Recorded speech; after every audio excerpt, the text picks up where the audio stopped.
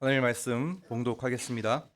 구약성경 욥기 23장 1절부터 마지막 17절까지입니다.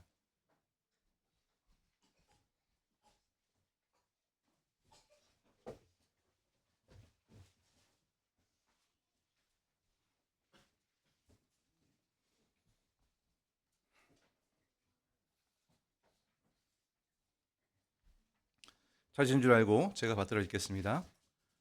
욥이 대답하여 이르되 오늘도 내가 내게 반항하는 마음과 근심이 있나니 내가 받는 재앙이 탄식보다 무거움이라. 내가 어찌하면 하나님을 발견하고 그의 처소에 나아가랴. 어찌하면 그 앞에서 내가 호소하며 변론한 말을 내 입에 채우고 내게 대답하시는 말씀을 내가 알며 내게 이르시는 것을 내가 깨달으랴. 그가 큰 권능을 가지시고 나와 더불어 다투시겠느냐?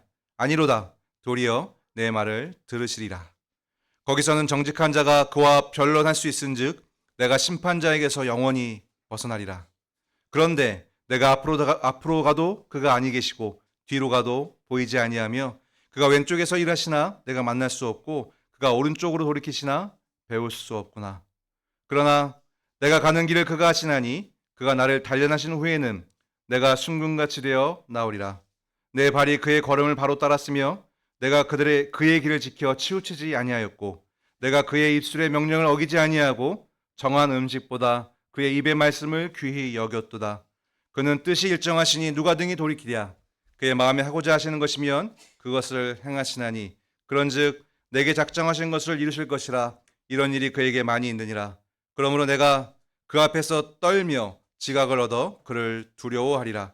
하나님이 나의 마음을 약하게 하시며 젖는 자가 나를 두렵게 하셨나니 이는 내가 두려워하는 것이 어둠 때문이나 흑암이 내 얼굴을 가렸기 때문이 아니로다.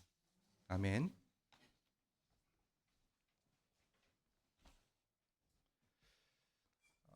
제가 청년 때니까 90년대 초반 이때인데요. 그때는 성경 구절을 많이 암송했습니다. 좀 유행이었던 것 같아요. 여기 뭐 기억하신 분들이 많이 계실 텐데 그 내비게이터 선교회에서 나온 그 암송 구절 그 카드가 있었어요. 처음에 69절 카드가 있고 그 다음에 189절을 외우는 카드가 있고요. 그 다음에 빈 카드, 그러니까 자기가 성경을 읽다가 외웠으면 하는 말씀을 적도록 하는 그런 빈 카드까지 있고 이렇게 카드에 지금처럼 스마트폰이 있는 게 아니기 때문에 그 카드에 말씀을 적어서 가지고 다니면서 성경을 암송하는 일이 굉장히 흔했습니다. 그때 외웠던 말씀들은 지금도 기억하고 있습니다. 제가 점점 시간이 지나면서 암기력이 떨어지고 있는데 그래서 지금 말씀을 못 외우거든요. 외우면 금방 까먹고 하루 지나면 이제 사라지는데 놀랍게도 청년 때 외웠던 말씀들은 지금도 기억을 하고 있습니다. 그러니 우리 학생들, 우리 청년들은 부지런히 후회하지 마시고 말씀을 암송하시기 바랍니다. 나중에 다 여러분께 큰 유익이 됩니다. 그렇게 외웠던 말씀 중에 하나가 오늘 본문 가운데 있습니다. 23장 10절 말씀인데요. 나의 가는 길을 그가 아시나니 그가 나를 단련하신 후에는 내가 정금같이 나오리라. 여러분 성경은 다르죠? 저는 개역 성경으로 외웠거든요. 그래서 조금씩 달라요. 지금 개역 개정판이기 때문에 다른데 개역 개정판을 바꿔서 외워보려고 하니까 잘 안 외워지더라고요. 그래서 그냥 포기하고 개역 성경으로 그냥 외우고 있는데요. 그래서 오늘 설교 제목이 나의 가는 길을 그가 아시나니인데 이거는 개역 성경이죠, 그죠? 우리 말 문법에 좀 맞춰서 변형한 건데 내가 가는 길을 그가 아시나니 이렇게 바뀌었죠. 욥기가 참 지금도 어려운데 옛날엔 더 어려웠거든요. 읽어도 무슨 말인지 모르겠고 처음에 욥이 고난 당하는 이야기를 2장 3장까지 흥미롭게 읽다가 4장부터 뭐 엘리바스가 말하고 욥이 말하면 무슨 얘기인지 모르겠고 그래서 결국에는 억지로 읽었던 기억이 나요. 읽어야 되니까 글자는 읽는데 무슨 말인지 모르겠고 인내하면서 읽었던 기억이 나는데요. 근데 참 신기하게도 이 23장 10절 말씀이 확 눈에 들어왔어요. 그래서 마음에 새겨졌던 말씀이고요. 그래서 카드에 적고 외웠던 기억이 납니다. 보는 순간 참 멋진 말씀이다라는 생각이 들었어요. 하나님께서 내 삶을 다 아신다. 나의 가는 길을 하나님이 다 아신다. 어려움에 처해도 하나님이 다 알고 계신다.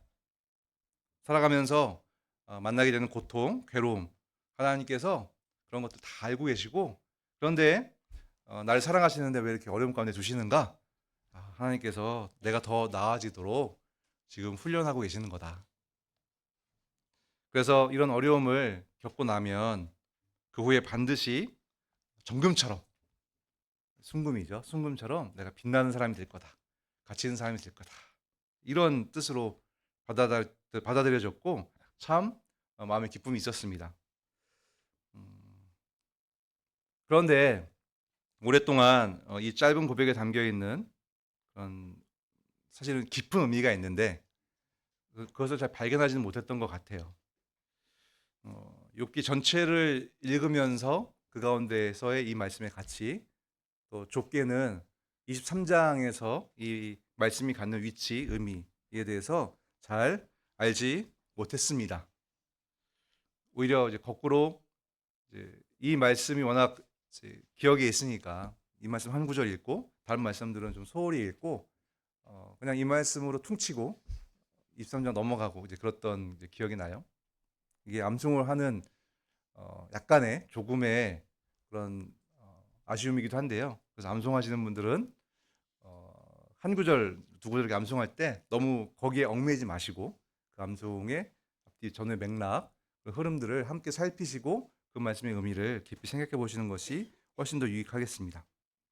나중에 신학교에 들어와서 뭐 배우기도 하고 또 공부하기도 하고 특히 2006년도에 화해성경 공부 가을에 그때 같이 하셨던 분이 지금 계시는가 모르겠는데 욥기를 화해성경도 했어요.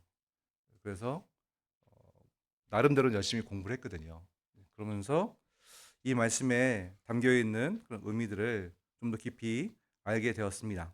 그래서 오늘 욥의 이 고백에 담겨 있는 의미 결론부터 말씀드리면 여기에는 하나님에 대한 분명한 인식이 있거든요. 욥이 하나님은 어떤 분을 고백하고 있는지에 대한 이해가 담겨 있는데요. 짧게나마 그 내용들을 함께 나누고 은혜 받기를 소원합니다. 특히 이제 이어서 성찬식이 있는데요. 그 성찬식의 의미를 더 밝게 드러낼 수 있는 그런 하나님에 대한 이해도 있어서 오늘 이 말씀을 골랐습니다. 먼저 첫째로 이 23장 10절 나의 가는 길을 그가 아시나니 이 고백 가운데 욥은 하나님께서 존재하신다는 사실 그리고 그분이 어떤 분인지에 대해 특히 그분의 성품에 대해서 잘 알고 확실히 믿으면서 이 고백을 하고 있어요. 그냥 막연하게 하나님이 내 삶을 아시겠지. 이때는 그냥 머릿속 관찰이죠. 뒷짐지고 머릿속 보시면서 내 삶을 살펴보시는 것. 그 정도로 저는 생각했던 것 같은데 그런데 욥은 훨씬 더 그 살펴보시는 하나님, 자신의 삶을 아는 하나님에 대해서 더 깊은 이해를 가지고 있었고 더 깊은 관계를 맺고 있었습니다. 욥기는 아시다시피 사탄의 시험으로 매우 극심한 고난에 처한 욥과 그의 세 친구들 엘리바스, 빌닷, 소발과의 대화를 기록한 책이죠.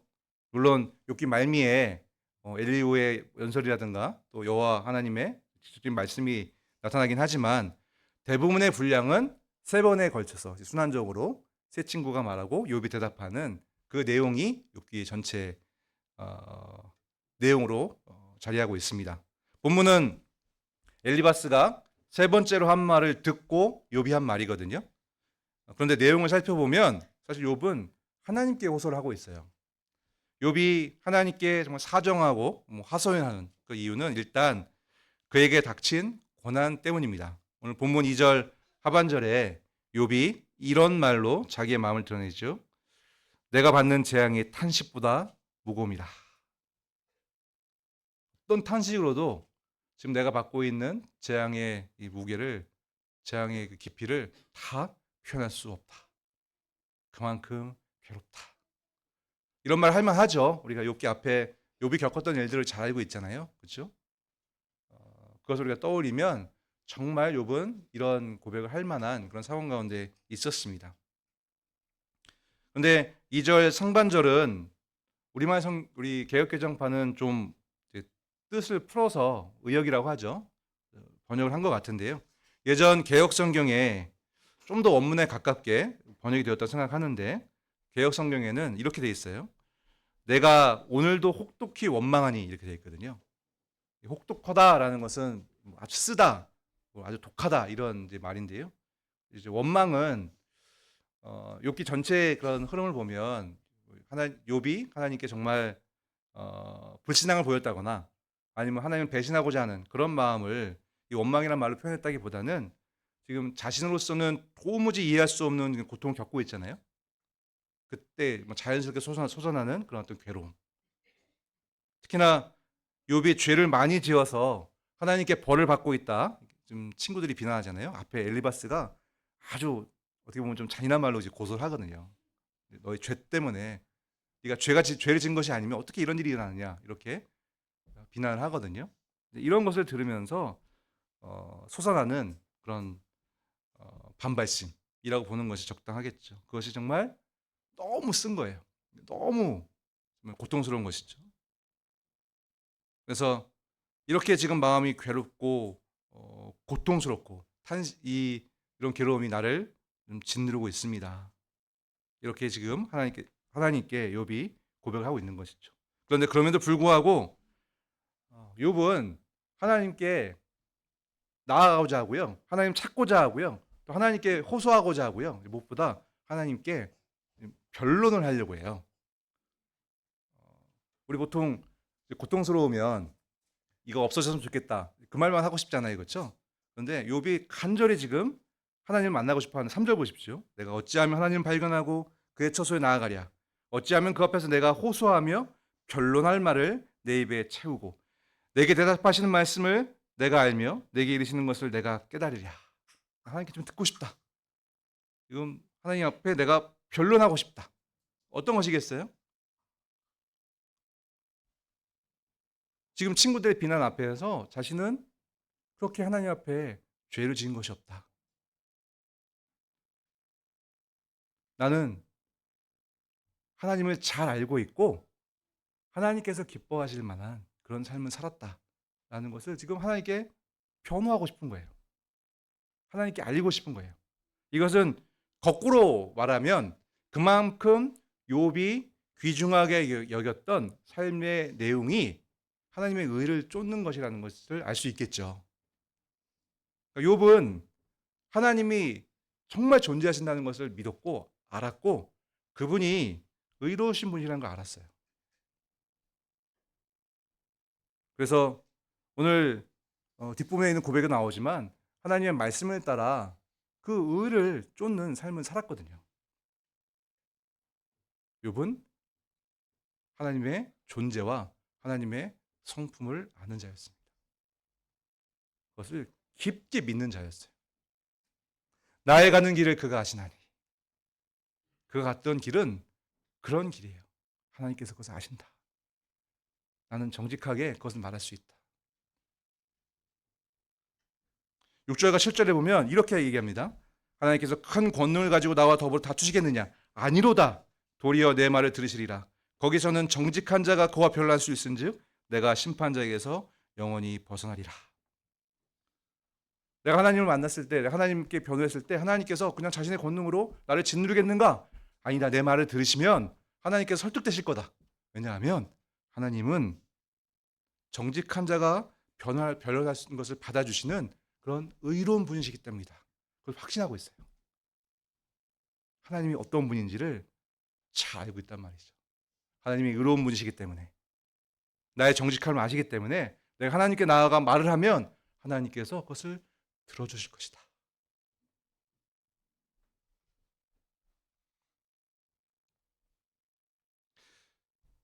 사랑하는 성도 여러분, 어, 나의 가는 길을 그가 아시나니 라고 고백했을 때 거기에는 그냥 내가 중심이 돼서 내가 이렇게 살아가는 것 하나님께서 다 알고 계신다.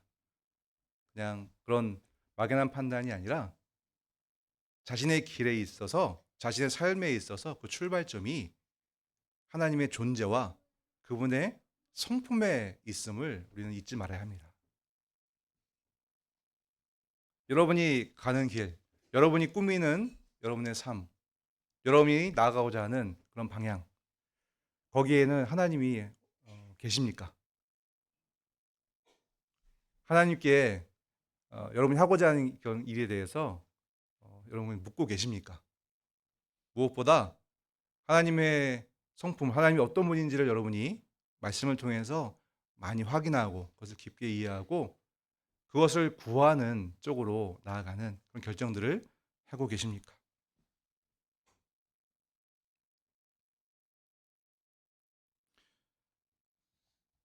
욥기 전체로 보면 욥이 자신의 의로움을 주장하는 것이 좀 지나쳐서 결과적으로는 이제 나중에 가서 좀 책망을 받게 되는 그런 단초가 되긴 합니다만 오늘 말씀을 보았을 때 그 욥의 이 진심은요 사실은 어, 저 같은 사람에게는 굉장히 큰 도전이 되었습니다.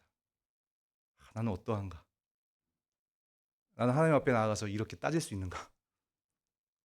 하나님, 저는 평생 매 순간 하나님을 기억하며 하나님이 어떤 분인지를 헤아리며 나아가고자 했습니다.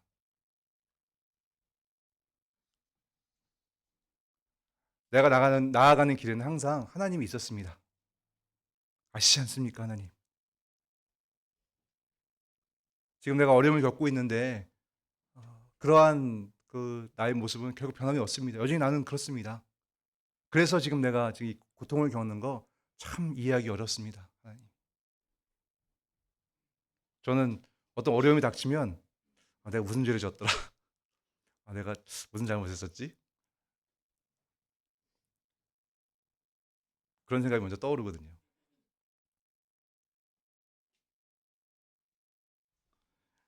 욥은 하나님 앞에 뭐 이렇게 과신을 하거나 과장을 하는 것이 결코 아닙니다. 뒤에 여기 31장 이런 데 보면 욥이 자신의 삶을 고백하는 부분이 나오거든요. 거기에 보면 이런 말들이 나와요. 나는 내가 언제 가난한 자의 소원을 막았거나 과부의 눈으로 하여금 실망하게 했던가? 나만 혼자 내 떡덩이를 먹고 고아에게 그 조각을 먹이지 아니하였던가? 실상은 내가 젊었을 때부터 고아 기르기를 그의 아비처럼 하였으며 내가 어렸을 때부터 과부를 인도하였노라.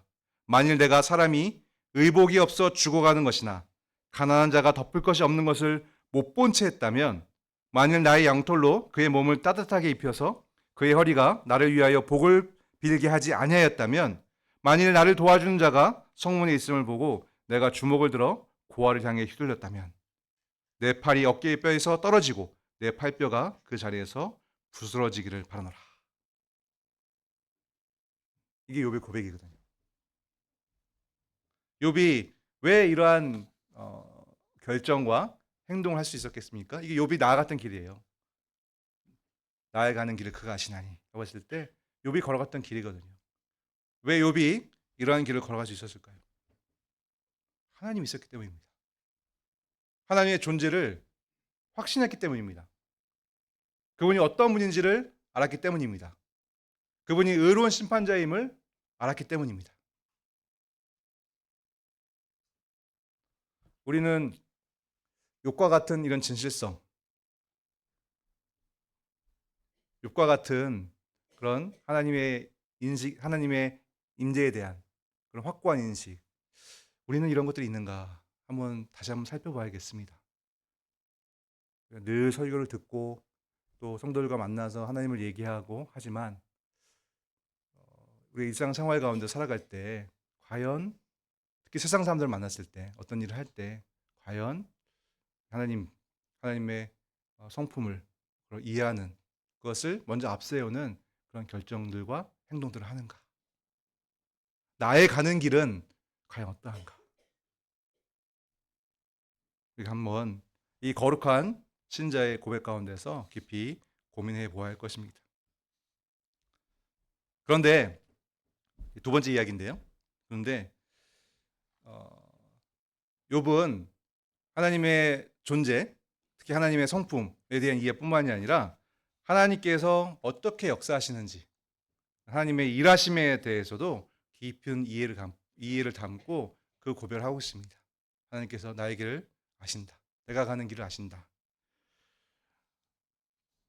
욥은 이렇게 내가 하나님을 만나면, 하나님 앞에 나를 변론하면 하나님께서 내 변론 들어주실 것이다 라는 그런 확신을 표하는데, 근데 곧 이어서 놀랍게도 이런 고백을 합니다. 8절 9절에 내가 앞으로 가도 그가 아니하 계시고 뒤로 가도 보이지 아니하며 그가 왼쪽에서 일하시나 내가 만날 수 없고 그가 오른쪽으로 돌이키시나 배울 수 없구나. 하나님 만날 수 없다. 하나님은 감추어져 있다. 그런데 이 고백만 있는 게 아니에요. 13절을 보십시오. 그는 뜻이 일정하시니 누가 능히 돌이키랴. 그의 마음에 하고자 하시는 것이면 그것을 행하시나니 그런즉 내게 작정하신 것을 이루실 것이라. 이런 일이 그에게 많이 있느니라. 아멘. 하나님을 알 수 없다. 하나님은 늘 감춰져 있다. 하나님을 발견하기 어렵다라고 말하면서도, 그런데 욥은 동시에 하나님은 뜻이 일정하시다. 그 뜻하신 바, 그 작정을 반드시 이루시는 분이다라고 고백을 하고 있습니다. 하나님의 숨어 계심, 감추어진 하나님, 그러나 또 드러나는 하나님. 이 드러나는 하나님은 결국 하나님의 계시로서 확인되어지는 것이죠. 하나님의 그 일정한 뜻, 작정하신 것, 결국 그것은 욥의 고백처럼 하나님께서 알려주신 것, 하나님의 말씀으로 파악이 되는 것입니다. 하나님의 역사를 욥은 어떻게 이해하고 있는가? 하나님의 역사는 사람이 판단할 수 없다. 우리가 경험하는 그런 일상의 일들, 자연세계의 일들, 온 우주의 일들, 우리가 그것을 여러 가지 방식으로 인식하고 판단을 하지만 그것만으로 하나님이 어떻게 일하시는지 우리는 알기 어렵다.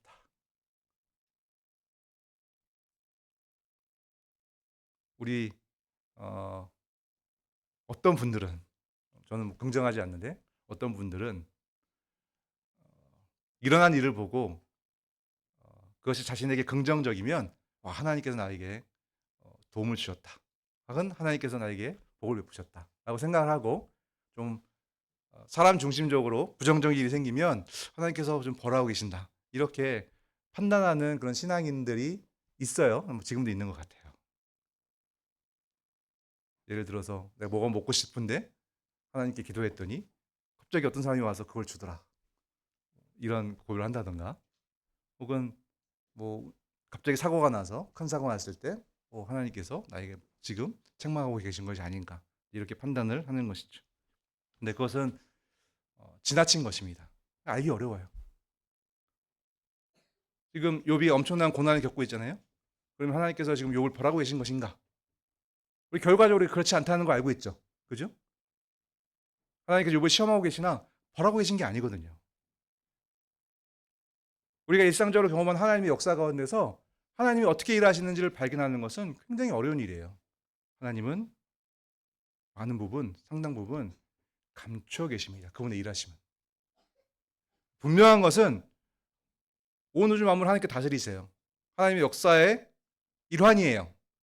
그리고 하나님의 뜻대로 되어지는 거예요. 욥이 고백하고 있잖아요. 그렇죠?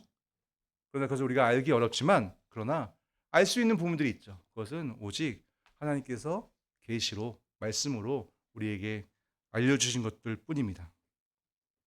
욥은 그것을 알고 있어요. 나의 가는 길을 그가 아시나니. 이것은 하나님께서 욥이 판단했을 때 그냥 관찰자로서 뒷짐지고 내 삶을 지켜보고 계신다, 이런 것이 아니라 나의 길을 하나님께서 다 정하셨고, 지금 내가 다 알 수 없지만, 파악할 수 없지만 하나님께서 다 붙들고 계시고 뜻하신 대로 이루고 계시고 하나님의 역사의 일환이다. 그러나 내가 알기는 어렵다. 내가 알 수 있는 것은 오직 하나님께서 드러내 주신 그 뜻뿐이다라고 고백을 하고 있는 것입니다. 여러분이 가는 길도 마찬가지입니다. 여러분이 가는 길도 하나님께서 매 순간마다 어떻게 역사하시는지 일일이 우리가 다 파악할 수는 없는 것입니다. 오직 우리가 미루어 우리를 판단하거나 사실은 그렇지 않더라도 그것은 모르고 지나간다고 할지라도 분명히 우리가 알 수 있는 것들이 있어요. 그것은 하나님의 말씀으로 하나님의 계시로 확인할 수 있는 것입니다. 대표적인 것이 지금 하나님의 말씀을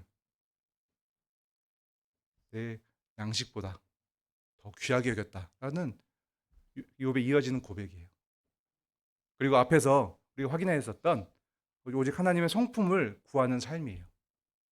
하나님의 계시로 말미암아 그것은 분명히 하나님께서 기뻐하시고 하나님께서 영광 가운데 나타나길 원하시고 사람의 주고자 하는 그런 복이거든요. 그리스도 안에서 주고자 하는 복이거든요. 그것은 분명한 거예요. 나타나는 뜻이에요. 그것을 항상 구하는 것입니다. 사실 이 욥의 고백은 어쩌면 성경 전체를 아우르는 그리고 교회 역사에 있어서 굉장히 중요한 분기점이 되는 그런 고백일 수 있습니다. 교회 역사를 보면 칼빈의 기독교 강요에도 분명히 이제 나타나고 있는데 결국 이거거든요. 하나님의 그 감추어진 역사, 그것에 반하여서 하나님의 나타난 뜻으로서의 계시, 오직 계시로서만 파악할 수 있는 하나님에 대한 이해. 그 계시로서 하나님을 아는 것으로 모든 것을 오히려 거꾸로 풀어가는 역사도 풀어가고 자연세계도 풀어가고 모든 의미들을 찾아가는 그러한 시도. 그게 사실은 종교개혁의 첫 출발점이었습니다.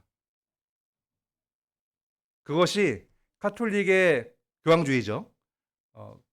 1000년 동안 이어지면서 교회를 변형시켰던 인본주의라든가 우상을 섬기는 물질주의라든가 인간의 공로사상이라든가 이런 것들을 이길 수 있는, 깨트릴 수 있는 힘이었어요.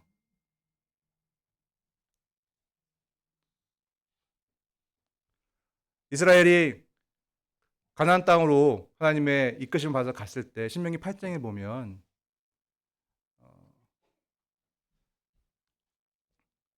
그 내용이 사실은 이스라엘을 하나님께서 이끄신 가장 핵심적인 내용으로 나타나거든요.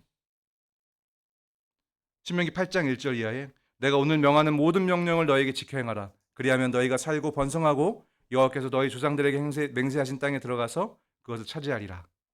내 하나님 여호와께서 이 40년 동안에 내게 광야길을 걷게 하신 것을 기억하라. 이는 너를 낮추시며 너를 시험하사 내 마음이 어떠한지 그 명령을 지키는지 지키지 않는지 알려 하심이라. 너를 낮추시며 너를 줄이게 하시며 또 너도 알지 못하며 내 조상도 알지 못하던 만나를 내게 먹이시는 것은 사람이 떡으로만 사는 것이 아니요 여호와 입에서 나오는 모든 말씀으로 사는 줄 내가 알게 하려 하십니다. 아멘. 여기서 이제 세 번째 나의 가는 길을 그가 아시나니라는 고백 속에 담겨 있는 그런 깊은 의미를 이어서 발견할 수 있습니다. 본문 12절에 욥이 이렇게 고백하거든요. 내가 그의 입술의 명령을 어기지 아니하고 정한 언식보다 그의 입의 말씀을 귀히 여겼도다. 이런 차원에서 보면 어쩌면 우리가 살아가면서 우리가 감각, 그러니까 보통 오감이죠.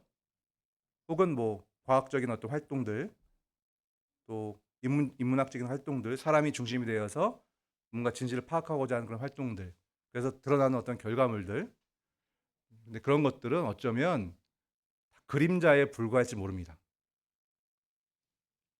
비유 같은 것일 수 있어요. 아담의 범죄의 이유로 그것만을 실제로 여기잖아요. 그런데 그것 자체는 실제가 아니고 뭐 당연히 그 물질의 차원에서 그 차원에서 실제이긴 하겠습니다만 그러나 그것보다 더 큰 차원의 존재 하나님이죠. 분명히 실존하는 그런 영적인 차원에서의 실체를 말한다고 한다면 그런 보이는 것들은 우리가 감각할 수 있는 것들은 그림자나 비유 같은 실제와는 사실은 거리가 먼 것일 수 있습니다. 하나님의 계시에 의하면 우리의 참된 생명은 먹는 걸로 되는 것이 아니잖아요. 오늘 우리 오전에 설교도 들었던 것처럼 진정한 생명은 하나님과의 관계에서 나옵니다. 첫 창조의 원리에 있어서도 하나님께서 에덴 동산 창조하시고 모든 필요한 것을 채우셨지만, 그러나 진정한 생명은, 진정한 삶이라는 것, 살아있음은, 그리고 하나님의 명령을 순종하는 것이라는 걸 알게 하기 위해서 거기에 선악을 알게 한 나무를 주신 거예요. 그렇다면 욥의 이 12절의 이 고백은 하나님께서 감추어진 차원에서 정말 역사를 하시고, 그러나 계시로 말미암아 그 감추어진 그 활동들을, 하나님의 역사들을 이해하게 하시고, 오히려 거꾸로 우리가 발견할 수 없는, 하나님에 대해서 이해할 수 없는 그런 것들을, 우리가 경험하는 역사들, 자연 환경들, 그런 것들을 오히려 말씀으로 풀도록 하시는 그 하나님의 그런 일하시는 차원에서 봤을 때 정말 중요한 것 중에 하나가 무엇이냐면, 오직 하나님의 말씀을 우리의 양식으로 여기는 것. 진정한 생명이라는 것은 하나님과의 관계 속에 있다는 것, 바로 그 사실입니다. 이스라엘을 광야에서 40년 동안 이끄시면서 결국 주고자 하셨던 진정한 복은 하나님의 명령에 순종하는 것이 진정한 양식이고, 그렇게 해서 하나님과 선한 관계를 맺는 것이 참으로 살아있는 것이라는 것을 알려주시기 위한 것이었거든요. 그들이 먹었던 만나나 메추라기나 필요했던 어떤 목을 축였던 물이나 이러한 것들은 그것을 알리기 위한, 더 깊은 진실을 알리기 위한 하나님께서 사용하셨던 수단에 불과할 수 있어요. 주님이 다시 오셔서 새로운 세계가 열리면 우리가 그러한 방식으로 어떻게 존재할지는 알기 어렵습니다. 그때도 지금과 같은 물이 있을지, 아니면 지금과 같은 똑같은 방식으로서 지구가 있을지 알기 어렵죠. 지금처럼 호흡을 할지, 지금처럼 우리가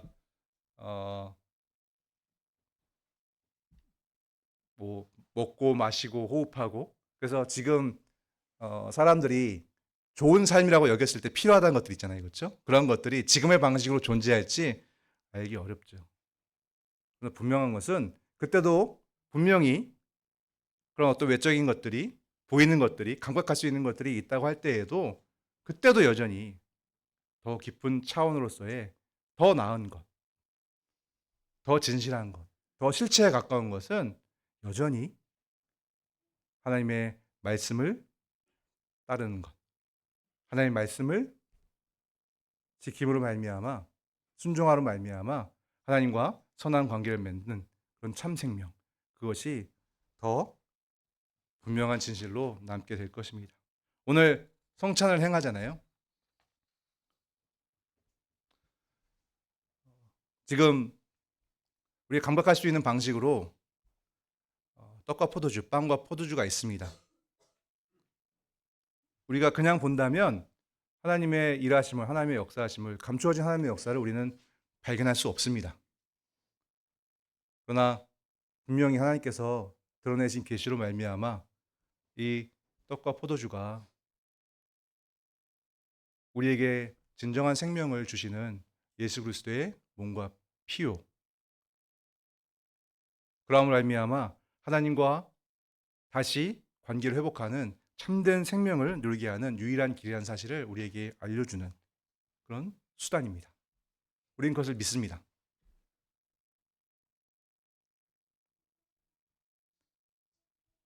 이런 일들 전혀 이해하지 못하는 사람들은 우리가 누리는 이 성찬을 그렇게 중요하게 하지 않을 것입니다. 하찮게 여기겠죠. 어쩌면 일부의 신자들도 이런 익숙한 어떤 신앙생활, 종교생활 가운데서 이 성찬이 담겨 있는, 성찬이 지시하고 있는 하나님께서 계시하심으로 말미암아 감추어진 하나님의 역사를 밝히 보여주고 있는 그 부분을 놓치고 아무 의미 없이 이것을 받아 먹을지도 모르겠습니다. 오늘 성찬을 함께 나누게 되는데요. 욥이 고백했었던, 그리고 사실 이 고백은 우리 예수님께로 이어지고, 예수님이 시험 받으실 때 동일한 고백을 하셨잖아요, 그렇죠? 그리고 그 주님께서 자신을 반드시 먹고 마셔야 영생을 누릴 수 있고 진정한 생명을 누릴 수 있고 자신이 참된 양식이라고 분명히 밝히셨습니다. 하나님의 말씀은 우리가 듣고 지키는 방식으로서 우리에게 누려지지만 동시에 존재적으로 예수 그리스도가 말씀으로서 우리와 연합되어지는 놀라운 신비도 함께 동반이 되어지는 것입니다. 그것을 우리가 이러한 방식으로 성례의 방식으로 누리는 것이에요. 이러한 신비를 우리는 얼마나 좀 고민하고 말씀을 읽으면서 내 마음속에 심으려고 하고 이해하려고 하는가. 이때 이해라고 하는 것은 하나님께 성령께서 깨닫게 하시는 그런 은사를 구하면서 묵상하는 것이죠. 사실 우리가 이해할 수 있는 게 아니에요. 어떻게 이 빵과 포도주가 하나님 자신이신 예수 그리스도의 몸과 피가 되겠습니까? 그죠? 우리 인간의 어떤 이해로서는 받아들일 수도 없는 일이에요. 그런데 하나님께서 분명히 그 일을 하셨고 그렇게 감추어져 있으나 우리는 계시로 말미암아 그 사실을 알게 되었고 그것을 믿음으로 이해하고 받는 것입니다. 욥이 나의 가는 길을 그가 아시나니라고 고백했을 때 그러한 처절한 믿음의 고백이 동반되어지는 것이에요. 여러분이 매달 한 번씩 돌아오는 이런 성찬에 대해서 그만큼의 무게에 욥이 지금 말하고 있는 그 정도의 고백에 준하는 그런 고민과 또 말씀을 살핌과 기도함과 성령께서 깨닫게 하시는 그런 은혜를 구했는가 우리 한번 되돌아봤으면 합니다. 그래서 오전에 최 목사님도 말씀하셨지만 성례에 대해서 가르치고 성찬에 대해서 가르치고 하는 일들 여러 번 들었는데 또 들어야 되나 매달 하는 것인데 뭐 계속 기도해야 되나 좀 들어서 어느 정도 이해하고 있는데 더 이만큼 알았으면 됐지 뭐 더 깊이 알아야 되나 이렇게 치부하지 마시고요. 이것은 오직 은혜로 주어지는 것이고 하나님의 지식이기 때문에 좀 그 깊이가 깊습니다. 이 욥의 고백에서 이러한 사실이 발견되어질 것이라는 것 우리가 성경을 통해서 확인할 때마다 얼마나 놀랐습니까? 이 고대에 우리가 알기로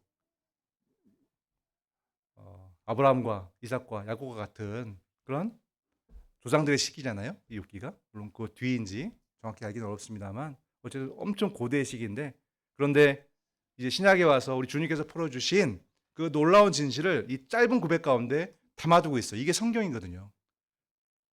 이런 걸 만날 때마다 우리는 성경에 압도당하고 하나님의 지식이 이렇게 깊고 완벽하고 앞과 뒤가 통하고 통일적이구나 라는 것을 깨닫게 되고 믿음으로 이것을 확신하게 되는 것이죠. 이러한 일들은 성경을 부단히 읽고 암송하고 발견하려고 하고 이해하려고 하는 그런 우리들의 애씀과 또 하나님께 은혜를 구함과 성령께서 역사하셨을 때 깨닫게 해주시는 은혜가 함께 되었을 때 우리에게 주어지는 것입니다.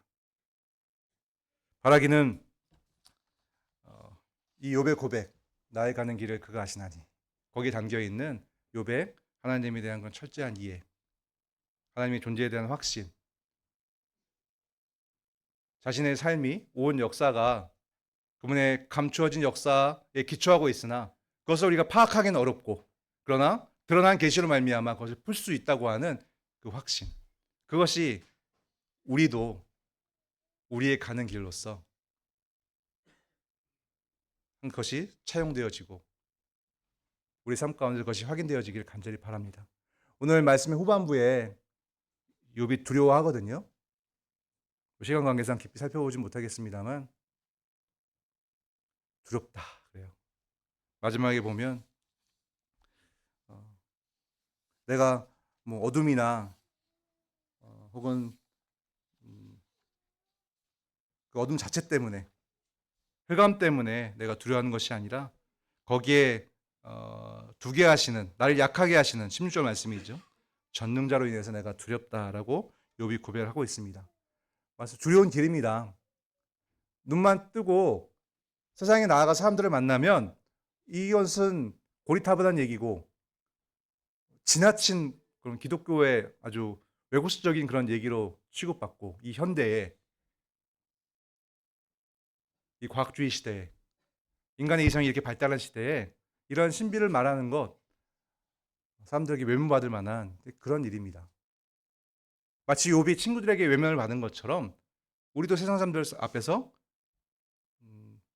욥이 갔던 그 길을 우리도 나의 길로 고수하면서 가는 것, 괴로운 일일 수 있습니다. 욥이 그것을 솔직하게 고백하고 있죠. 그러나 이러한 두려움 가운데서도 욥이 끝까지 인내하면서 확신하면서 나의 가는 길을 그가 하시나니, 그가 나를 단련하신 후에는 내가 정금같이 나오리라 라고 하는 이런 확신으로 우리가 항상 돌아가야 할 것입니다. 이것이 계속 우리 사고와 우리 기도 생활과 우리가 말씀에 있는 생활과 이런 것으로 계속 강화되어질 때 우리는 세상을 이기는 그런 믿음의 힘을 갖게 될 것입니다. 그러나 쉬운 일은 아닐 것입니다. 이 시대가 더더욱 그렇습니다. 특히 자라는 청년들, 학생들은 만만치 않은 그런 시기를 우리가 맞닥뜨리고 있습니다. 그러나 두려워할 것이 없습니다. 왜냐하면 욥이 고백처럼 하나님은 살아계시고 존재하고 계시고 하나님은 의로우시고, 우리가 의로울 때 그 의를 하나님께 들어주시고, 나의 가는 길을, 그 길을 하나님은 아시고, 내가 하나님 말씀을 통해서 내 삶을 풀고 세계를 이해하는 그것을 하나님께서 옳다 인정해 주실 것이기 때문입니다. 그러니 두려워하지 마시고 믿음으로 그가 나의 가는 길을 아시나니 라고 고백하면서 욥처럼 한 걸음 한 걸음 나아가시기를 간절히 바랍니다. 기도하겠습니다. 하나님,